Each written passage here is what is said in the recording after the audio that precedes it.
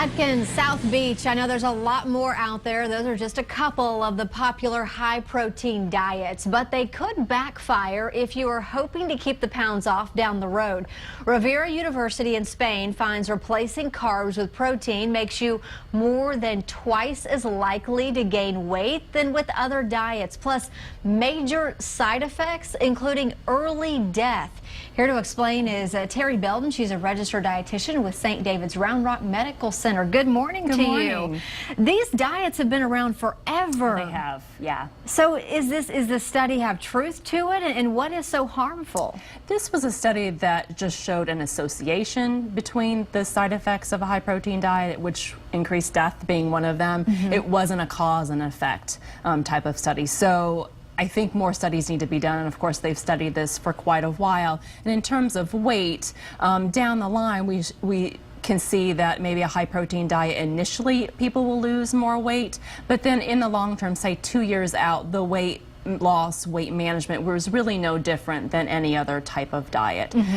So there's nothing magical with that. And I think people need to understand, if you're having a high protein diet and you're just increasing your maybe lean meats and low fat dairy and beans and nuts and seeds, I think that's a wonderful thing, especially as people age because of maintaining muscle mass, etc. However, if you're having a high protein diet and you're replacing carbohydrate rich foods, fruits, vegetables, those type of things, whole grains, and having more fatty meat, bacon, cheese, that kind of stuff, now that those foods are not delicious and we love them, and who would not want to include that in a diet, that is where we see the health risks come in. So I've seen many people over the years that have done the Atkins diet, those type of things, and they lost weight, but then their doctor's referring them to me because now they have high cholesterol or gout or kidney disease. So if you are at risk for those things, you already have kidney disease issues, those can make that worse, and so we really need to take some caution with that. Got it. Don't X out the fruits and vegetables when you are eating a lot of protein. And also, I mean, I originally thought, well, it must be red meat, you know, and these things. There's other ways to get protein in your diet as well. There's good protein, not that some meat's not good for you, but some other ways. There's certainly lean red meats too.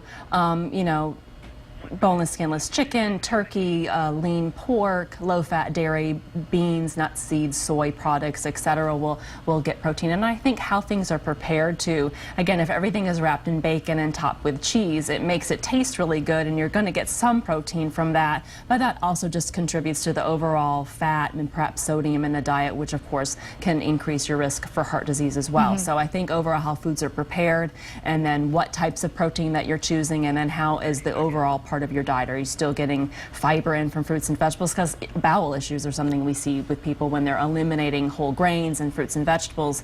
You know, people get headaches and constipation. Not a happy thing there. Yeah, we're almost out of time, but I want to touch on the thing we mentioned about early death real quickly, because I think that was the biggest shock value with this study to me. But it ties in with kidney disease. It is. So protein can be really hard to eliminate, and so if people, as they age, their kidneys will decrease in function. So if they're not drinking enough water and really having, again, overall healthy diet, that can damage the kidneys more, and that's where we see the death coming from is with kidney disease. It doesn't happen to everybody, but people who are at risk for that, if they already have diabetes or high blood pressure, that just increases that chance even more. All right, we are out of time. Thank you so much for coming in this morning. And as always, I'm sure it's a good idea to consult with a physician when you're going to start any type of diet to avoid a lot of the risks out there. Thank you so much. Thank you.